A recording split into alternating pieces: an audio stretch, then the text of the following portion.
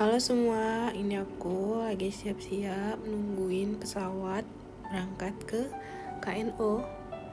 Dan ini aku udah di dalam pesawat. Aku berangkatnya pagi, lihat aja masih gelap.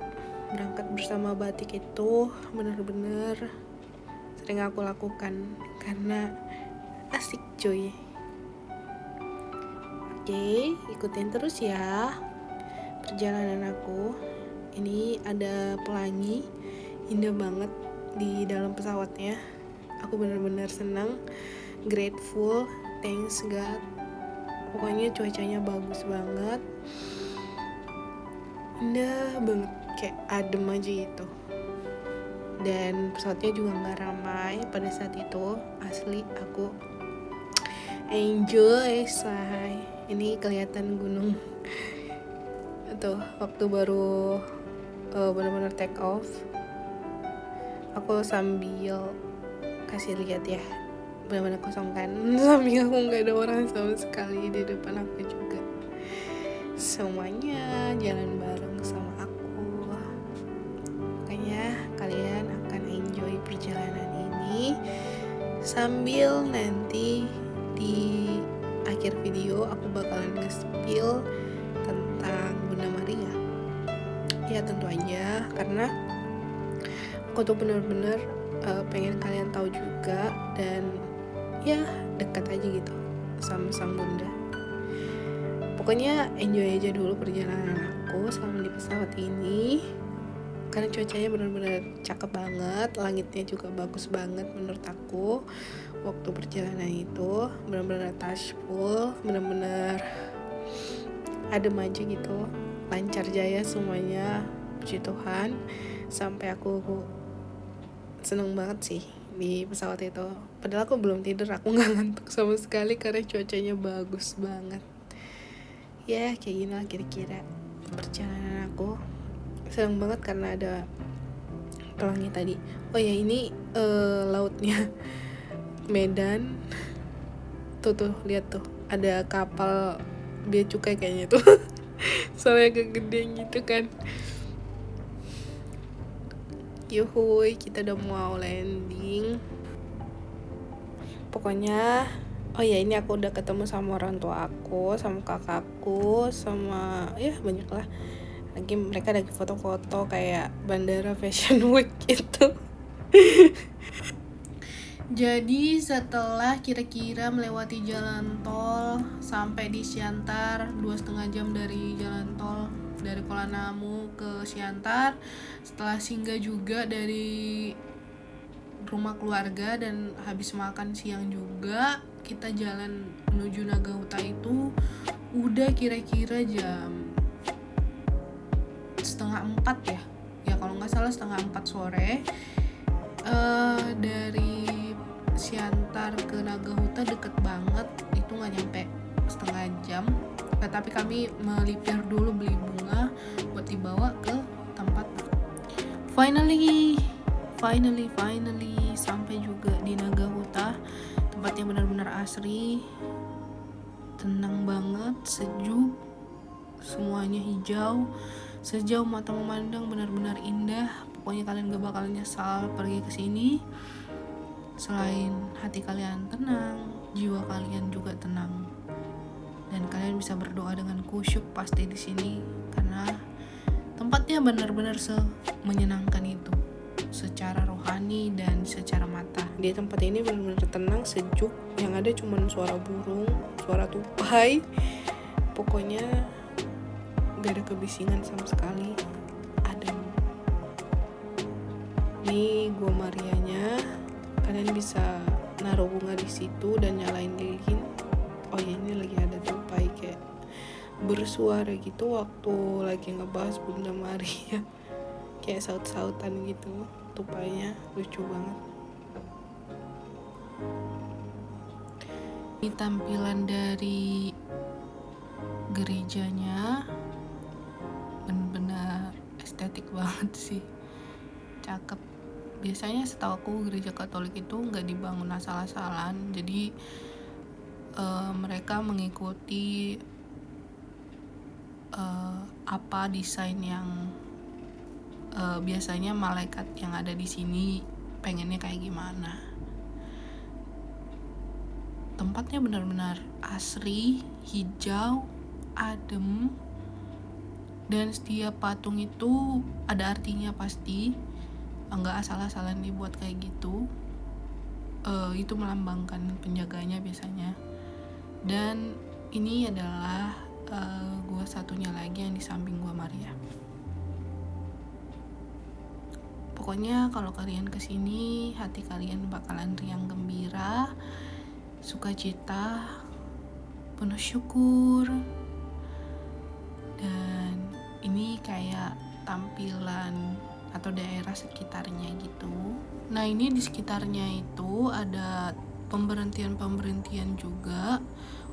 Di sini ada pemberhentian pertama yang biasanya dipakai mereka pada saat lagi masa prapaskah, waktu acara gereja tentunya. Di sini juga banyak potret Bunda Maria. Contohnya ini Bunda Maria diangkat ke surga. Ada di sebelah kanan dari Gua Maria gambar-gambarnya. Dan ini ada contoh lain gambar-gambar Bunda Maria yang bisa dilihat di daerah kawasan dari Gua Maria ini. Aku saranin kalau teman-teman ada rezeki dan pengen datang ke sini, ada baiknya kalian bawa bunga. Sebagaimana ibumu di rumah yang suka akan keindahan bunga, begitu pula Bunda Maria senang akan keindahan pula. Maka dari itu, kalau kalian mau berkunjung ke tempat Bunda, ada baiknya kalian beli bunga dulu di paruasan ya. Ya, Bunda Maria suka sih pasti. Nah, jadi Paus Pius ke-12 mengatakan bahwa dalam sejarah keselamatan, Bunda Maria mengambil tempat istimewa dan unik dalam pembukaan Munificentissimus Deus atau MD3 yang menyatakan dogma Bunda Maria diangkat ke surga. Hal ini mengacu pada Galatia 4 ayat 4 di mana dikatakan setelah genap waktunya bahwa dalam pemenuhan rencana keselamatan Allah ini, Allah dengan kemahakuasaannya memberikan hak-hak istimewa kepada Bunda Maria agar nyatalah segala kemurahan hatinya yang dinyatakan kepada Bunda Maria dalam keseimbangan yang sempurna. Maka bahwa jika untuk melahirkan Yesus, Bunda Maria disucikan dan dikandung tanpa noda dosa, dan selama hidupnya tidak berdosa. Karena ia tidak seperti manusia, ia tidak seperti manusia lainnya yang mempunyai kecenderungan untuk berbuat dosa. Maka selanjutnya setelah Bunda Maria wafat, Tuhan tidak akan membiarkan tubuhnya terurai menjadi debu. Karena penguraian menjadi debu adalah konsekuensi dari dosa manusia. Demikian pula dengan pengajaran bahwa Bunda Maria adalah tabut perjanjian baru. Karena dengan mengandung Yesus, ia menjadi tempat kediaman Sang Allah yang menjadi manusia, Sang Roti hidup. Maka Bunda Maria mengalami persatuan dengan Yesus. Mazmur 132 ayat 8 mengatakan, "Bangunlah ya Tuhan, dan pergilah ke tempat perhentianmu, maka engkau beserta tabut kekuatanmu." Dan dalam perjanjian baru, tentunya bahwa dalam pemenuhan rencana keselamatan Allah ini, Allah dengan kemahakuasaannya memberikan hak-hak istimewa kepada Bunda Maria agar nyatalah segala kemurahan hatinya yang dinyatakan kepada Bunda Maria dalam keseimbangan yang sempurna. Maka bahwa jika untuk melahirkan Yesus, Bunda Maria disucikan dan dikandung tanpa noda dosa, dan selama hidupnya tidak berdosa. Karena ia tidak seperti manusia, ia tidak seperti manusia lainnya yang mempunyai kecenderungan untuk berbuat dosa. Maka selanjutnya setelah Setelah Bunda Maria wafat, Tuhan tidak akan membiarkan tubuhnya terurai menjadi debu, karena penguraian menjadi debu adalah konsekuensi dari dosa manusia.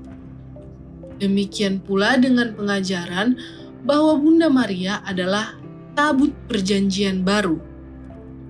Karena dengan mengandung Yesus, ia menjadi tempat kediaman Sang Dai Allah yang menjadi manusia, Sang Roti hidup. Maka Bunda Maria mengalami persatuan dengan Yesus. Mazmur 132 ayat 8 mengatakan, "Bangunlah ya Tuhan, dan pergilah ke tempat perhentianmu, maka engkau beserta tabut kekuatanmu." Dan dalam perjanjian baru, tabut ini adalah Bunda Maria. Bunda Maria lah juga yang disebut sebagai permasyuri berpakaian emas dari Ofir. Mazmur 45 ayat 10 dan 14. Hal ini sejalan dengan penglihatan Rasul Yohanes dalam kitab Wahyu 12. Dan tentu dalam Lukas 1 ayat 28 dan 42, "Salam hai engkau yang dikaruniai, Tuhan menyertai engkau, diberkatilah engkau di antara semua perempuan." Pengangkatan Bunda Maria ke surga adalah pemenuhan janji Allah bahwa seorang perempuan yang keturunannya Yesus akan menghancurkan iblis dan kekuasaannya yaitu maut. Bahwa pengangkatan ini adalah kemenangan atas dosa dan maut. Roma 5 ayat 6, 1 Korintus 15 ayat 21-26 dan 54-57, di mana kematian akan ditelan dalam kemenangan. 1 Korintus 15 ayat 54. Itulah kenapa Bunda Maria adalah bunda yang penuh belas kasih dalam iman Katolik. Karena dialah yang mengandung Yesus dan dia sudah diangkat ke surga, bukan masuk ke surga, melainkan Yesus dan Allah Bapa sendiri yang mengundang dia untuk menjadi bagian dari kekudusan kerajaan surgawi. Dia adalah Bunda Ilahi. Bunda Maria adalah sosok yang harus kita teladani imannya. Karena iman yang penuh penyerahan dari Bunda Maria terhadap Allah Bapa yang mengatakan, "Terjadilah padaku menurut kehendak-Mu." Lukas 1 ayat 38. Maria adalah contoh teladan dari semua orang. Kasihnya, kepasrahannya, dan penyerahan dirinya terhadap Allah itulah yang harus kita perhatikan dan harus kita teladani dalam kehidupan kita sehari-hari. Maka berbahagialah kita yang mengenal Sang Bunda Maria, sebab kasih Sang Bunda akan kita rasakan saat mendaraskan doa-doa yang diajarkannya. Berbahagialah kita yang diundang ke dalam iman Sang Bunda.